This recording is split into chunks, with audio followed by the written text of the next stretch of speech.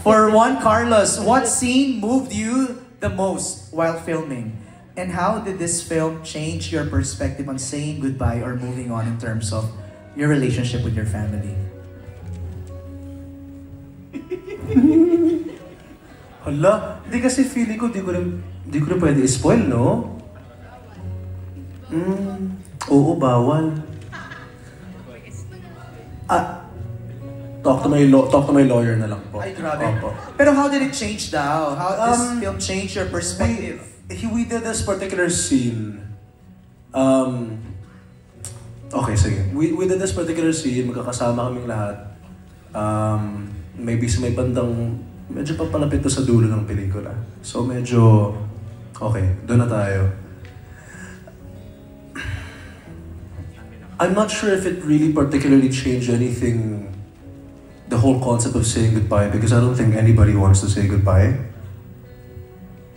I grew up with my lola, and my lola's getting older every time. And, you know, this whole idea of someone not being there anymore, I don't like it. So, actually, as a person, I also don't like saying goodbye in general. I always like saying see you again. So, I don't know. Yeah. Medyo mabigat. Pero, yeah. Next question siguro. No, totoo naman yun eh. Mabigat naman talaga eh. The trailer itself. Kasi ayoko bumalik dun eh. Pero mabigat, pero is it liberating? I don't know. Not sure how I can answer that one. Okay. Baka it's also spoiler. Or baka andun, baka, kasi medyo fresh pa rin eh. Like, kaya nga, like, the whole sepangs, like, Ako feeling ko yun yung magiging objective natin after we see the movie. Mabigat, pero magaan after. Siguro, we'll define it. Liberating, yeah. We'll define it. Ibang magiging definition ko, ibang magiging definition mo, ibang magiging definition nila. And we'll all find that out once we see the movie. Belle, you're saying something? Just in addition to what you said, I think when we watch this film, mabigat siya, like, just to continue what you're saying, but it's also a release. Diba? It's also a release of emotions. And there's freedom to that. And I think that's when the liberating comes. Diba? Agree.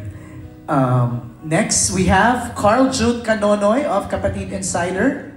Carl June, you're here? Hello. Go ahead. Hello, good evening and congrats sa napaganda niyong movie. Okay. Parang mo na? Ay, di pa. Di pa. Congrats lang. Congrats lang. Okay, question po for Direk. Since wala po si Direk, yung mga creators na lang ho.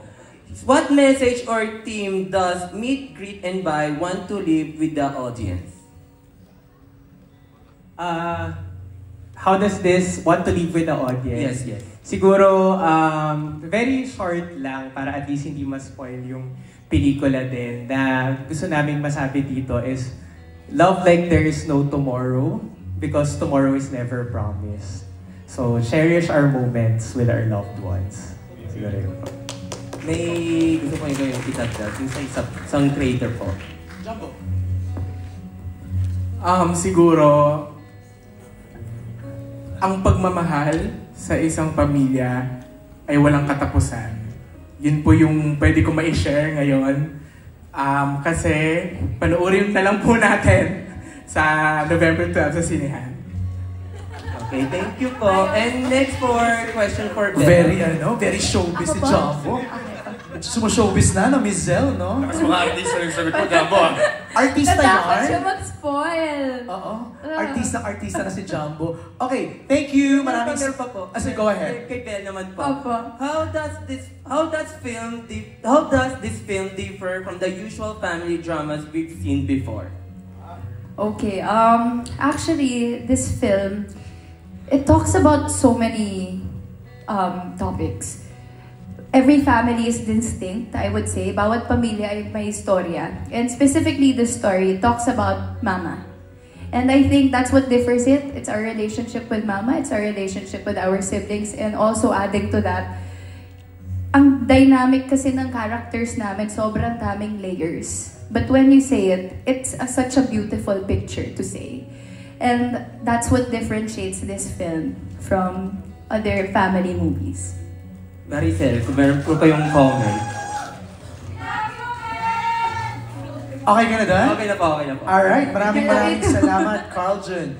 Our next set of questions ay manggagaling kay Jay of Certified Kapamilya. Ako ba magtatanong o ako na lang, Jay, no? Okay, salamin na naman. Meet, Greet, and Buy ang name ng movie. Can you give us names na unang pumapasok sa isip nyo sa mga words na yan? Who do you want to meet? Who do you always want to greet? At sino naman ang gusto nyong sabihan ng bye? Uy! Ano naman yun? Meet, greet, and buy. Jake, Juan Carlos. Ba't ako? Sino gusto mong ma-meet? Ang hirap ng tanong na to. Who do you want to meet? Ba't sa akin na pupunta yung mga tanong na? Hindi, sa inyong lahat. Hindi, who do you want to... Is this in general or related to the film? In general, sino gusto ko ma-meet? Hindi ko pa naiisip actually. Sino gusto kong... Yung meet, di ko pa sure. Yung who do you always want to greet, maybe, actually tomorrow if I have some free time, I wanna greet my lola kasi matagal ko na rin dinikita si lola. Hi la, nanonood ka ngayon. Medyo na-busy din, sorry. Libre kita ng tacos. Tapos, sino naman ang gusto mong sabihan ng bye? Wala. Wala akong gusto sabihin ng bye. Bahala kayo dyan. PJ. If there's anyone that I'd like to meet, I'd like to meet again my dad, whom I lost more than 20 years ago. And I always want to greet my mom, wherever she is, whatever she's doing. I always want to greet her and just to make sure that she's okay. And same thing with JK. If there's anyone I'd like to say bye to, wala eh. See you again. See you again. Nay? Napapaisip tuloy ako sa tanong na to. Sino ba ang gusto kong mamit? Si Papa Brad Pitt. Ay, wow! Diba? Napakalaking ilusyonada ng babaeng to. You don't know. Ay, Baka nanonood. Oo nga, hello Papa. Si Brad Pitt. Diba? Gusto ko siya. Gusto ko yung beauty talaga niya. Eh, sino naman ang i-greet? Sino ba ang i-greet? Siguro yung mga anak ko. Diba? Yun, hindi.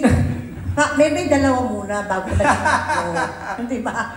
So, yung mga anak ko. Clingy Clingy tong isang anak mo dito eh. Oo, ganyan sila. Wala pa yan. Oo, wala pa yan. Eh, yung bye. Sino gusto mong sabihan ng bye? Siguro yung bye, pwede kong sabihin na nung bata ko, marami akong masakit na dinadala. Pero yun ang gusto kong sabihan ng goodbye. It doesn't have to be a person. Thank you, Nay. Belle? Kasama ka. Ayaw nga. Hindi, nagulat ako. Sige, if there is one person, kung pwede, I wanna meet Jerry in real life, my character. I wanna know more about her. Greet, of course, my mom. I always want to greet her. I love waking up with my mom, seeing her every morning. I love greeting her. Bye, wala. Wala akong gustong sabihan ng bye. That's it. Thank you, Belle. Okay, we're opening the floor for questions. Pero bago ako bumaba dyan, PJ, may na-notice lang ako dun sa trailer kanina. Very restrained. Sobra! Diba? Parang nanibago ako dun sa Piolo Pascual. Meron kaming reading. Umiiyak ako sa reading. Sabi ni Direk, ate, huwag mong gagawin sa take yan, ha? Parang pigil na pigil yung karakter mo doon. May nginig, may kasamang... Grabe siya. Isang eksena na nakita ko si Pedro. Nanginginig yung buong katawan kasi gano'n. Hindi ko alam kung anong gagawin ko dun sa anak ko kasi gano'n yun yung nangyayari sa kanya na kinakusap ko siya pero hindi ka pwede magpakita ng emotion. Is that while the camera was rolling? Yes. Wow. Hindi ko alam anong gagawin ko dun sa anak. PJ, paano yun? Ano yung eksena yun? Syempre hindi namin pwede sabihin, pero it's one painful scene that you dread to see for yourself as a... Yun. Nangingilid na yung luha mo, PJ. Is that something that we have to watch out for? Hindi naman. Panikos yung boses ko. Tama na guys, tama na. Nangingilit na si PJ eh. Okay, let's open the floor for questions. We have Naz.